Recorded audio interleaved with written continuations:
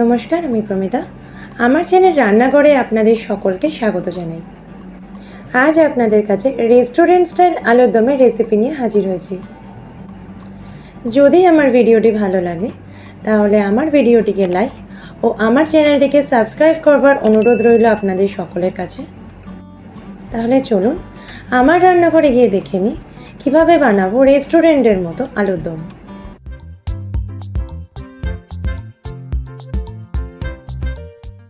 আলুর দম বানানোর জন্য আমি 500 গ্রাম আলু নিয়ে নিয়েছি।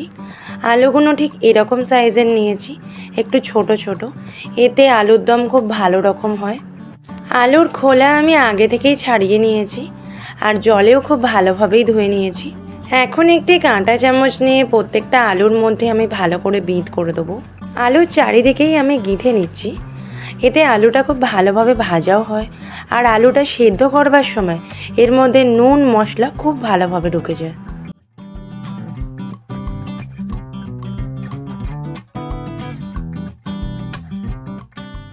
একশো গ্রামের মতো দই নিয়ে নিয়েছি। এতে দিচ্ছি সামান্য একটু গোলমরিচ গুঁড়ো, হাফ চামচ ধনে গুঁড়ো, হাফ চামচ জিরে গুঁড়ো ও হাফ চামচ কাশ্মীরি লঙ্কার গুঁড়ো আর একটি হ্যান্ড উইস্কার দিয়ে মশলা ভালোভাবে দইয়ের সাথে মিশিয়ে নিচ্ছি।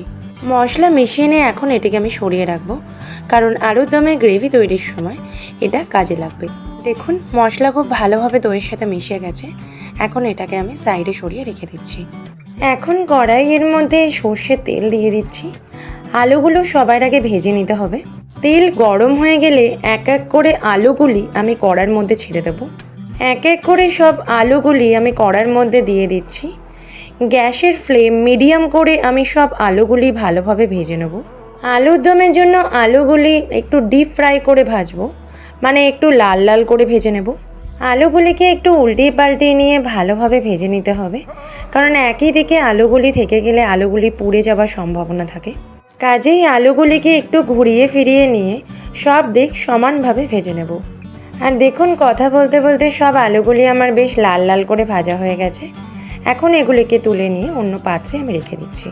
এখন কড়াই থেকে সামান্য একটু তেল কমিয়ে নিয়ে দিয়ে দিচ্ছি গোটা গরম মশলা। সামান্য নাড়িয়ে নিয়ে একটু সুগন্ধ বের হলে এর মধ্যে দিয়ে দিচ্ছি 10 থেকে 15 কোয়া রসুন। আর রসুনের সাথে দিয়ে দিচ্ছি আগে থেকে কেটে রাখা 3টি মিডিয়াম সাইজের পেঁয়াজ। পেঁয়াজ খুব ভালোভাবে ভেজে নিতে হবে। একটু গোল্ডেন ব্রাউন হয়ে যাওয়া পর্যন্ত অপেক্ষা করে নেব।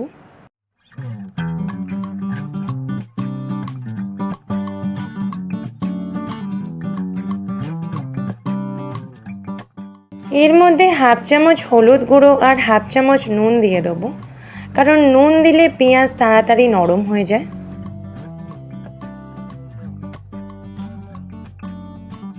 পেঁয়াজ হালকা গোল্ডেন ব্রাউন হয়ে গিয়েছে।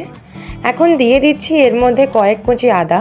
আর আদা হালকা নেড়ে চেড়ে নিয়ে এর মধ্যে দিয়ে দিচ্ছি আগে থেকে কেটে রাখা 3টি ছোট ছোট টমেটো হালকা স্টার করে নিয়ে এর মধ্যে দিয়ে দিচ্ছি 4 থেকে 5টা শুকনো লঙ্কা।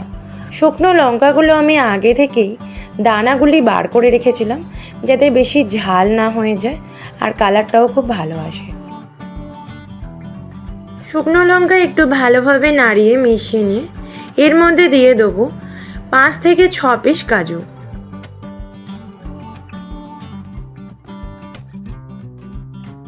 আর এগুলিও খুব ভালোভাবে মিশিয়ে নিয়ে কড়াইটি আমি 10 মিনিটের জন্য কভার করে দেবো।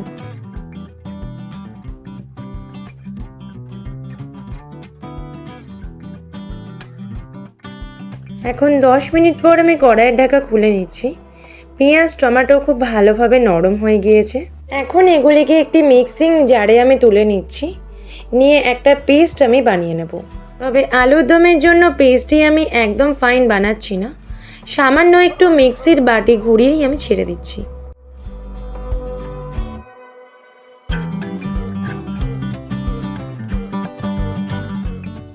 পেস্ট আমি বানিয়ে রেখে দিচ্ছি আর কড়াইতে সামান্য একটু সর্ষের তেল দিয়ে গরম হওয়া পর্যন্ত অপেক্ষা করে নিচ্ছি।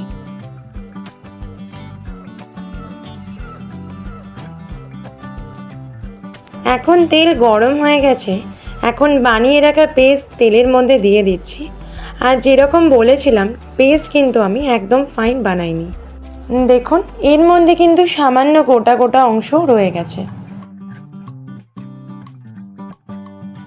এই সময় ফ্লেম মিডিয়ামে রেখে পেস্ট আমি ভালোভাবে কষিয়ে নেব।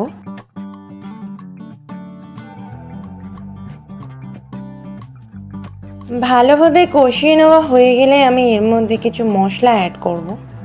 দিয়ে দিচ্ছি এর মধ্যে 1/2 চামচ পরিমাণ জিরে গুঁড়ো, 1/2 চামচ পরিমাণ ধনে গুঁড়ো, আর দিয়ে দিচ্ছি 1 চামচ পরিমাণ কাশ্মীরি লঙ্কার গুঁড়ো। এখন সমস্ত মশলাগুলিকে খুব ভালোভাবে পেস্টের সাথে কষিয়ে নেব। মশলা কষিয়ে নেওয়া হয়ে গেলে এখন এর মধ্যে দিয়ে দিচ্ছি আগে থেকে ফাটিয়ে রাখা মশলা মেশানো দই। দই এর সাথে মিশিয়ে নিয়ে কাঁচা গন্ধ চলে গেলে দিয়ে দিচ্ছি দইয়ের বাটি ধোয়া জল। মশলা থেকে তেল ছাড়া অবধি রান্নাটা কিন্তু লো ফ্লেমেই করতে হবে। পেস্ট ভালোভাবে কষানো হয়ে গেলে কড়াইটিকে 5 থেকে 7 মিনিটের জন্য কভার করে দেবো আর তেল ছাড়া পর্যন্ত অপেক্ষা করব। 7 মিনিট পর কড়াইয়ের ঢাকা আমি খুলে নিচ্ছি। দেখুন এর মধ্যে থেকে খুব ভালোভাবে তেল ছেড়ে গেছে আর কালারও কিন্তু খুব সুন্দর এসেছে। এখন সবকটি ভেজে রাখা আলু আমি এর মধ্যে দিয়ে দিচ্ছি। একটু আপনাদের দেখিয়ে দিচ্ছি পেস্টটি তেল ছাড়বার আগে কেমন ছিল আর পরে কেমন হয়েছে। আলুগুলিকে এখন পেস্টের সাথে খুব ভালোভাবে কষিয়ে নেব। এদিকে অন্তত প্রায় 2 মিনিট ধরে কষিয়ে নেব। এখন এর মধ্যে সামান্য জল দিয়ে দিচ্ছি। সমস্ত মশলার সাথে ভালোভাবে জল মিশিয়ে নিয়ে এটিকে অন্তত 10 মিনিটের জন্য কভার করে দেবো। 10 মিনিট পরে আমি কড়াইয়ের ঢাকা এখন খুলে নিচ্ছি আর দেখুন আলুর দমের কালারও খুব ভালো এসছে আর এটি প্রায় রেডি হয়ে গেছে।